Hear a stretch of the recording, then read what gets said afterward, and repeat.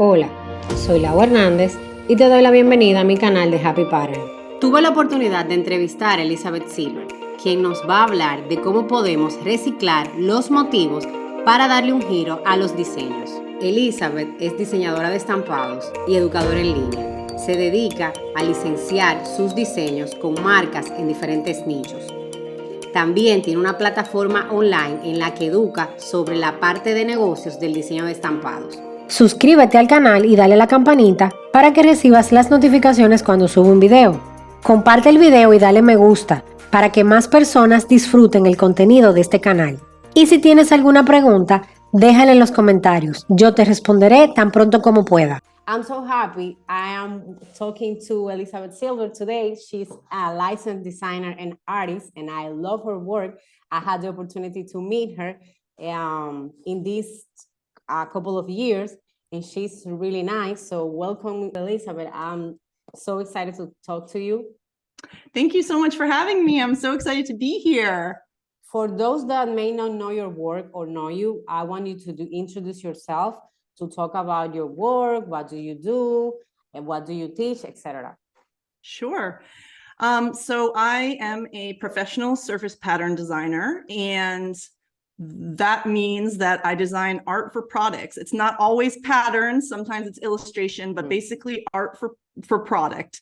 And I do that through licensing my artwork with fabric companies, gift companies, stationery companies, and I also freelance. So I work behind the scenes with companies who are making different products, and I'm doing some of their artwork for their next line, and it's kind of behind the scenes.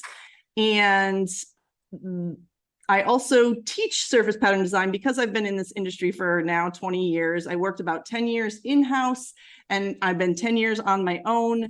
And so I also teach designers about surface pattern design and about the business behind being kind of a creative entrepreneur, and how, how to kind of, people discover this industry and they're like, this is so cool, patterns for things, this is awesome, so much fun. But, to take it to a point where you can actually make a career out of it requires some, business sense and being able to put yourself out there and that kind of stuff. And so that's what I love to focus on, to get designers to that next level. Nice. Do you only license through the studio, or you license by yourself as well? I have a licensing agent, Jewel Branding, and that is my only form of licensing. I don't do it by myself. So I started with them about, now it's probably been 9 years. And that was my first foray into licensing. Before that, I had only been doing freelancing. And so I've been working with Jewel for a really long time and been licensing through them. Nice. The topic that we will cover today is how designers can reuse or recycle their own work to give it a turn. I remember I took a class with you. I think I was a project, and you asked us to look for an old art and reuse the designs to make a new pattern. And I was like, oh my God, I can do that. It was like an aha moment for me, because I thought that my old work, it was all, and it was like that. And I was like, it's mine. I'm the owner. It's my decision. I can put a blue, black, white. I can change the flower. I can change everything. And I love that. I love that concept. So I want you to talk about how designers can recycle their own work to make it better, or to change the season of everything. I'm all about working smarter, not harder. Let's all try to do that. And the thing about art licensing is, when you're creating for art licensing, especially when you're getting started, you don't necessarily have a whole clientele of people who are lining up to get all your designs. You're making designs, you're hoping that you make some connections and that people want to license it. But at first, you're just, building your portfolio and hoping that you create something that somebody wants. And that means that, you own it. You have that art, and it doesn't have to stay the same as it's been, when you first create it. And I just realized, over the course of, like I said, now I've been licensing for 9 years, and I have over over 100 collections of artwork. That's a lot of artwork. And I will say, I mean, I license, I've been licensing for a long time, but a good portion of that has never been picked up.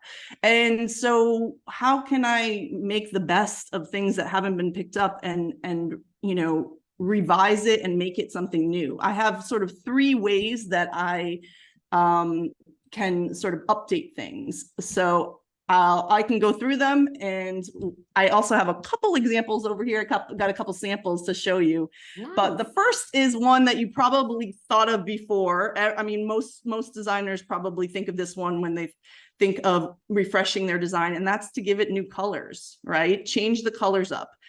Changing the colors of a pattern can or illustration can make a big difference.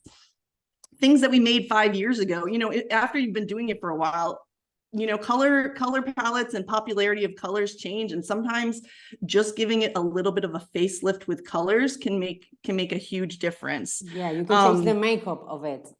Yeah, exactly. So like, here's an example I hope you can see of 2 cards, exact same layout, except for this one has a banner, but you can has see the same motifs. Yeah, pretty much all the same. And this was licensed, these 2 cards were both licensed at the exact same time by the exact same company. So nice. They like this design so much that I had it in a couple colorways. I showed it off, and they said this one works for grandma and this one works for, this one I think is an Easter card. So that's the power of 2 different you know, colors. It's like it can give such a whole different mood that they'd be willing to put it in their same line 2 times just because the colors are so different. So exactly. So making color changes and updating color can be a really big one. Also, you can change, I saw in your video, you can change the layout. For example, one motif that you use for a pattern and you really like it, you can use it for illustration. When I first started as a surface pattern designer, I was only patterns. In my mind, it was like, oh my God, I'm doing patterns. I'm gonna do this for my life. But then after taking a lot of courses and Skillshare, in Skillshare, meeting Shannon, meeting you, meeting everyone, I realized that, yeah, I can be an illustrator. And I remember a chat I had with Shannon that she told me, if you think that you don't know how to illustrate, you can take one motif, take it out, and make a new layout, and that's an illustration. Yes, exactly. And you mentioned that in your video too. Exactly. So that's totally I 100% agree. I would say that surface pattern design has the word pattern in it. So we're always thinking about patterns, but the reality is when we're thinking about art for products, there's actually way less patterns than you think, right? When we see something like on Spoonflower or like Redbubble or something, it's like, oh, I've got a pattern. I can put it on a mug. I can put it on a shower curtain. I can put it on every single product there is. But when we really go, like, if you go shopping for a shower curtain or a mug or something like that, a lot of the times it isn't an all over pattern. A lot of the times it's a certain, it's a flower in the corner or a saying on the front or whatever it is. So I think it's important for surface designers to kind of get out of the pattern cage, let's say. So yeah, exactly. That's my second thing, is trying new layouts. So this is a pattern that I did. I love that collection. That was that collection in Valentine's. Pattern. You did it in Valentine's too.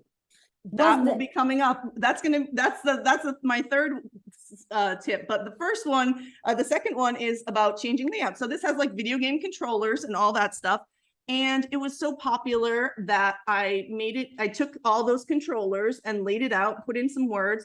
And it got licensed as a card, and as I have a gift bag that is this. So it was picked up by 4 different companies, I think, in various forms.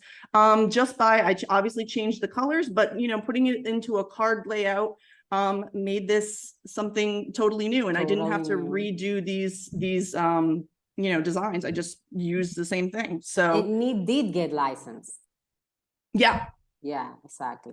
Yeah. So for the third thing, my third tip for making the most out of your portfolio, I have a couple examples here, and you kind of mentioned one reference to it, but basically making your patterns or your illustrations seasonal.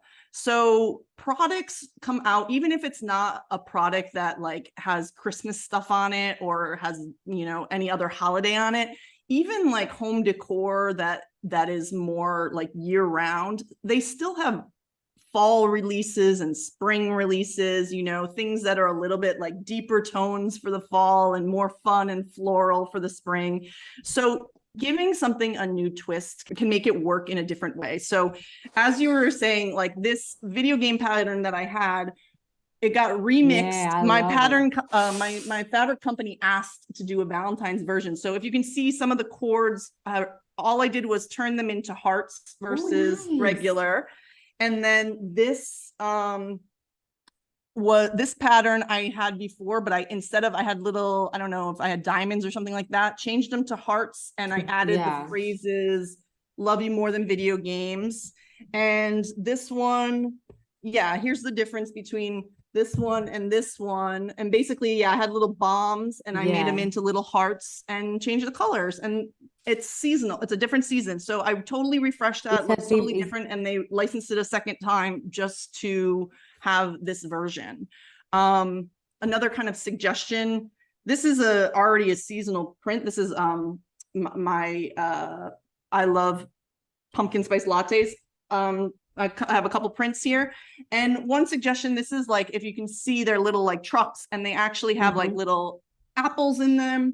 But you could redo that for spring by putting, you know, flowers, like florals in them in a new colorway. And this is pumpkin spice lattes, and it's got leaves and it's got mugs, but how quickly could I turn this into like a hot cocoa, like winter drink thing and make it Christmassy, right? Yeah. Change the leaves to like candy canes and change the, you know, anything else into like Christmas colors. And that's like a quick switch, and it's a whole different pattern. So, and it's a great idea, because sometimes that happened to me. Sometimes when you are new, you think that you have to do everything and you have to do all the themes. And for example, I have a list of like 100 themes that I have to work.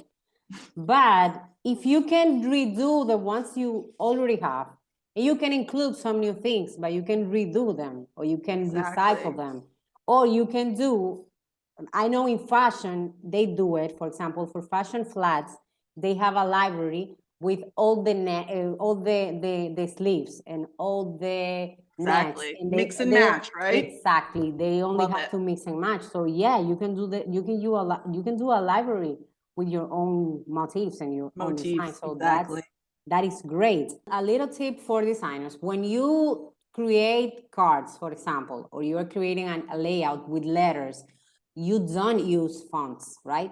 You draw the letters. I try to draw as much as I can, but in fact, this one, I did the next level, but the Hope Your Day is, that's a font. So you can use fonts. You know what? I hear so much advice on what is and isn't acceptable. But honestly, if you're not a great hand letterer, if you don't feel comfortable with that, it's okay to start with fonts. And then if it gets picked up to be licensed, you can tell the licensor and say, hey, you know, this is a font versus this is hand lettering.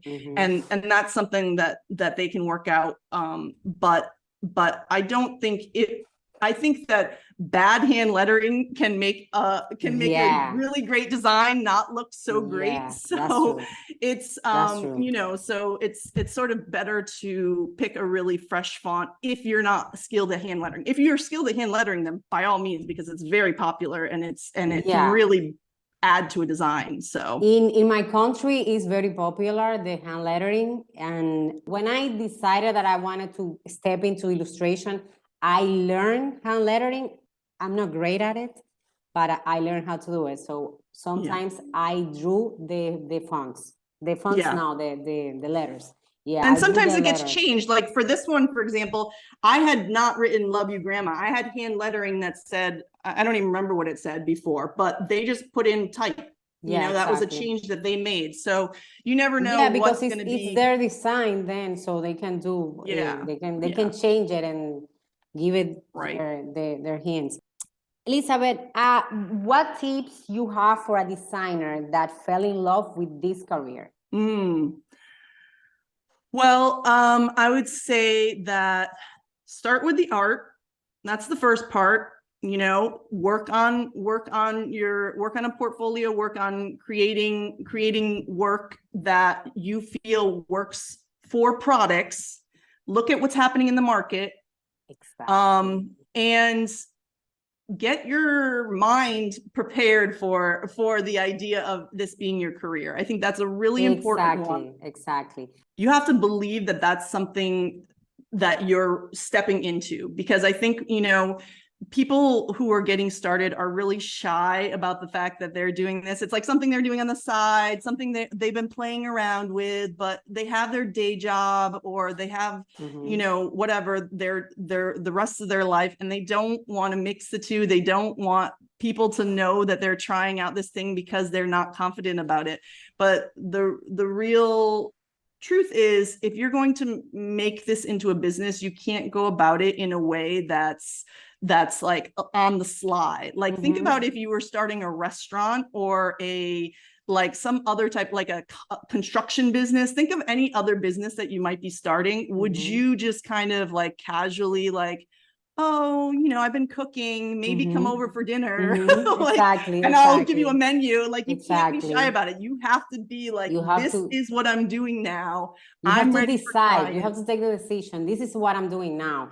Even though, you have responsibilities, you have a side job, but this is what I'm doing now. And I love that you mentioned that, because I fell in love with surface pattern design in 2016 because I work in the apparel industry, in the mass production side of the apparel industry, and I work for brands that manufacture their clothes in Dominican Republic, and I work in that. And my job, it was fashion, because it was in fashion, but it was not the creative part of fashion. I have my second baby, and I was like, I don't want to work. I want to be in my house with my babies.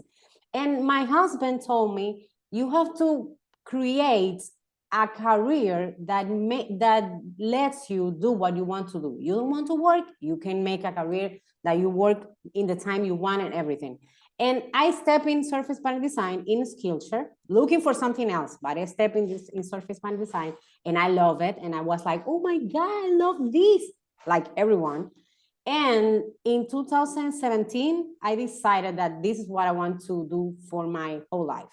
And I planned everything. Like, I had a day job. It was from 7:30 to 5 p.m. And I planned everything. I didn't have time. Well, I will put 1 hour in my daily life, 1 hour to draw. Today I draw. Tomorrow I will digitalize my work. The next day I will do colors. The next day I will do the pattern. In 4 days I have one pattern or one collection. And the next week, I will do the same. And in the second week, I had the second collection. And then I remember that Bonnie, in one of her courses, said that you have to make a website. You have to make an Instagram. And okay, I will plan. Okay, I have to design the website. One day I will do something, and another day. Daily, I was doing everything that I wanted to do. Exactly. You have to plan it, because it's true. You have a side job. You cannot resign from your job because I'm an artist. Right. It takes a long time to make some money. Exactly. Money doesn't come from trees, like somebody said. But if you do it like, this is a side thing, I will do it like a hobby. If you don't put the mind that is a business, it will not happen. It's never going to be a business. Exactly, because in your heart and in your mind, it's not a business. When I decided that I want to teach about surface pattern design in Spanish, I mentioned before that it was because in Spanish there is not a lot of information. It was because all the information I was gathering, it was in English, yes, but I was gathering information. I was taking Skillshare classes. I was taking other classes. I was looking in Pinterest, in Google, in YouTube. I was learning because this is my business. So I wanted to make this my business. I wanted to know more about the industry, about how companies pay, how can I get to companies? Because sometimes people say, I want to license my job for a phone. You have to do it. You have to look for companies that do phones. When you go to the library, when you go to the supermarket, look for that. Exactly. And you can turn it over and it will tell you the name of the company. Actually, when I went to Sortex, I went to all the stores. I live in Dominican Republic. So I fly to New York to go to Sortex, and I went to all the stores to check the products and turn it over to see the company name. Exactly. So You keep a big list, right? Yeah, I have a big list. Big list. It's all about lists when you're getting started. Yeah, I have a big list, and I keep emailing. And another thing that I learned, it was no, it's not personal. Exactly. Yes. That's my favorite lesson. One of my favorite lessons too. No, it's not personal. Not personal, just business. They don't hate you. They don't think like if they don't want your art, it's not like, oh, well, then forget it. I never even want to hear from this person again. It's like, no, right now that art isn't going to work for what we're doing. Exactly. Maybe next month it will. You never know. If you have to start over, what would you do differently? Yeah, that's a really tricky question. Yeah. You know, what would I do differently? Honestly, I know this is sort of a like cop-out answer, but I feel like, you know, I had to learn it, right? I had to do the things the way I did them. I don't have any major regrets like, oh, I wish this was so different. Everything kind of like, you know, I went through it in order to learn something. Yeah. So that sounds very like, oh, it all works out. It's not that everything has worked out. It's not that things have always gone the way I wanted them to. It's certainly not that. But you know, I had to learn those lessons. I will say when I started, I really had a thought that it was going to be a much quicker transition. Because I had been working for 10 years in-house. So I already had all the like art skills, right? I felt confident in my artwork. I felt confident in knowing various industries because I had designed for home textiles and I had designed for apparel. And so I felt really confident about all that stuff. So the idea of shifting from an in-house career to a solo career, I thought wasn't going to be too difficult. I knew I had to get clients. I knew that that was something important, but I thought a couple of years I'll be able to like really get this off the ground and I'll be going strong. I can relate. And like, I did get it off the ground to some degree. You know, I mean, I would if now hearing many other designers like starting stories and how much they made at first, I know that I fared pretty well. However, it really felt like it took to me, you know, I went back to like such a starting salary, even though I had been doing 10 years, suddenly my freelance salary was like way below what I had been earning. And it took me years to kind of climb back up and that just was way more than I expected. So I guess I don't know if it would have been better to know that that was coming or not. Like if I had the mindset of like, this is a 5-year, you know, thing to slowly climb up. I might have been too impatient. I might have said, forget it. Yes, that's true. That would be better, but that is definitely something that that sticks out as something I really didn't know when I started. So yeah, my husband always says that it's a 5-year thing. I always told him like, oh no, next year I will start next year. And he says, no. That guy, he sounds very smart. He's giving you good advice. I'll tell you. When my head starts like floating, he pulls me back. I love that. I love that. And you need that support. That's a thing. We all as designers need that support, whether it's from our partners, our friends, our online community, you know, these kind of interviews and stuff like that. Having that sort of community is such an important part of this business. Yes. That's an important part because, for example, when I started and I was like, in my country, this is new. And I was like, I want to know how can I charge companies, and price is a bit tricky thing to say or to mention here. And in the community, I felt like we can talk about prices. You can tell me, the other designer can tell me, okay, because you tell me that will not give me your clients.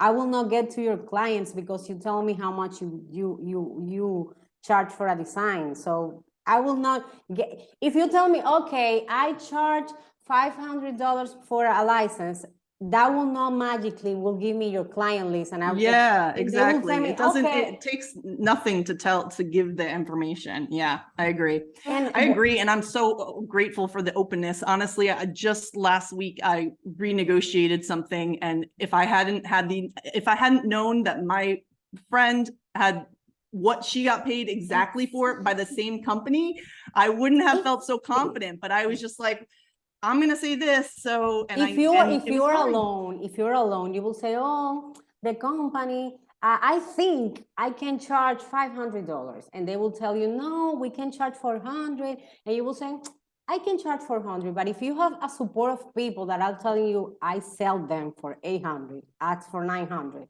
Exactly. Because you have a support of people.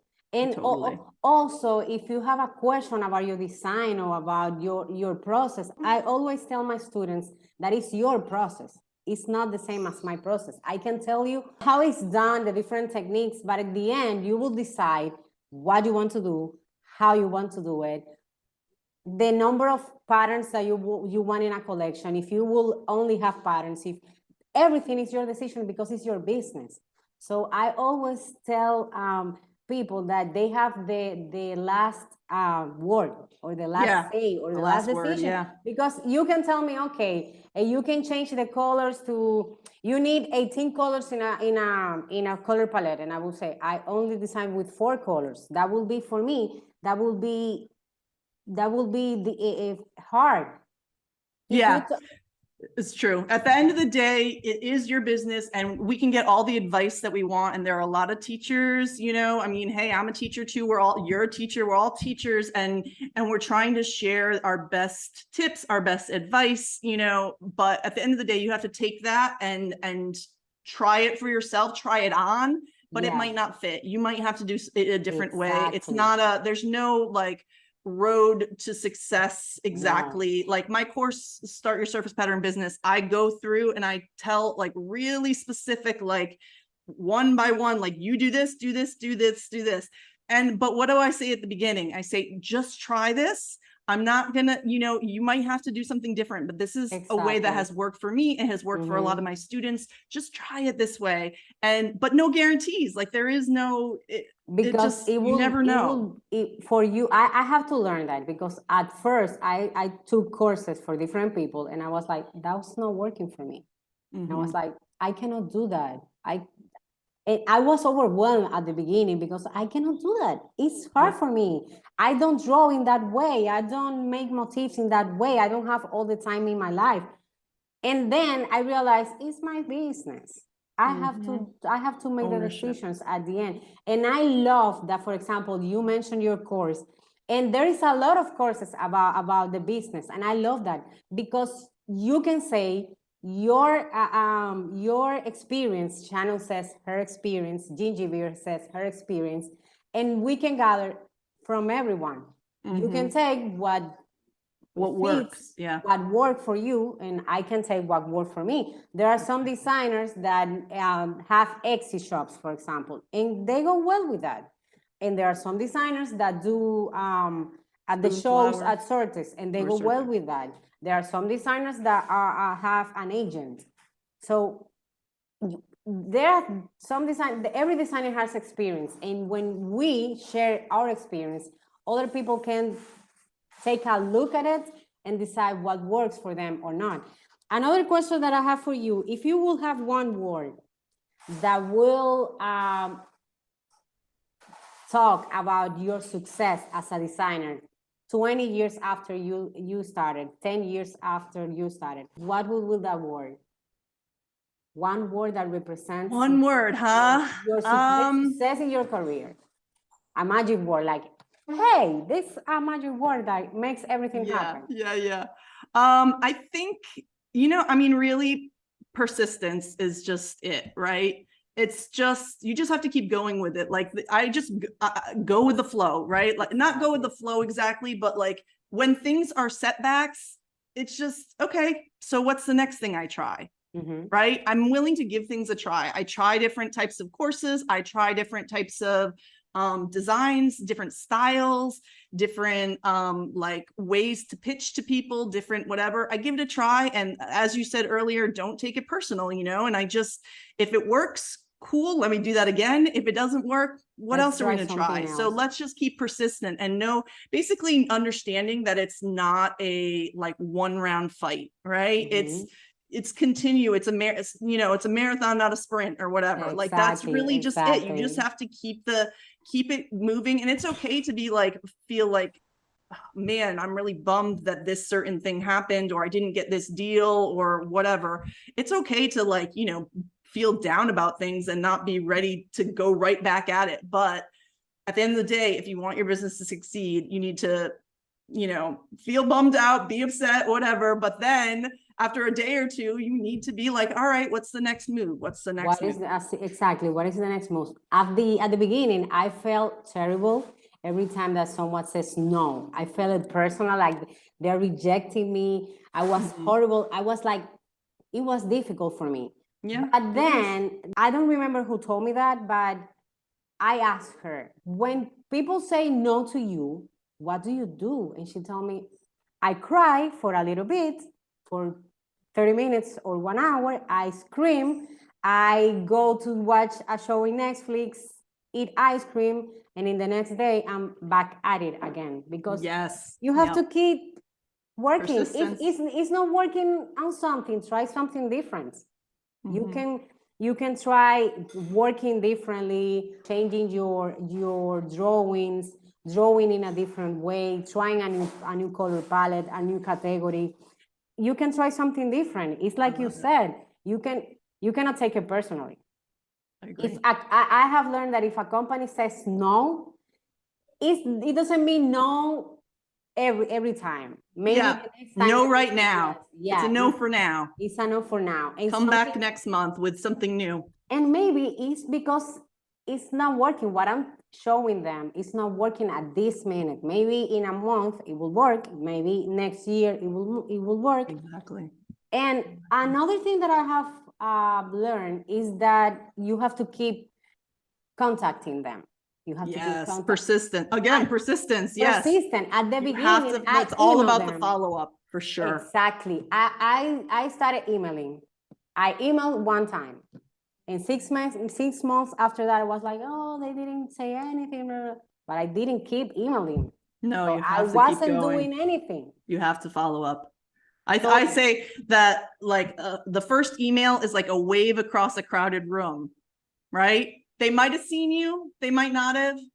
They're not like, oh, okay, let me run. Like, I don't know that person. I'm not running over to, you know, if somebody waves at you that you've never met in a party or something, you're like, hey, like, cool, but you're not like, I have to go meet that person. You're like, but if they come over, they say hi, then next time you see them, they say, oh, good to see you again. And then, you know, etc. Then you build a relationship, right? Exactly. But you can't, one email doesn't really, that's so rarely does that lead to a deal. It's building the relationship. Elizabeth, I will put in the description of the video your links to your classes, your YouTube channel, and your Instagram. So people can follow you and they can subscribe to your email list and everything. So thank you again for meeting me, talking to me. It was so great. It was nice. I love your work. And one thing that I'm a super fan of you is that you have licensed your designs with a lot of niches, a lot of company, and you can see your designs like you show us in fabric and the same collection in gift bag or in a card. So that tells me that it's possible. It is. It definitely is. Thank you so much for having me. Espero que hayas disfrutado el video. Recuerda compartir el video y darle me gusta. Si no eres parte de la comunidad, suscríbete al canal y sígueme en Instagram para que estés al tanto de todo lo que The Happy Parent tiene para ti.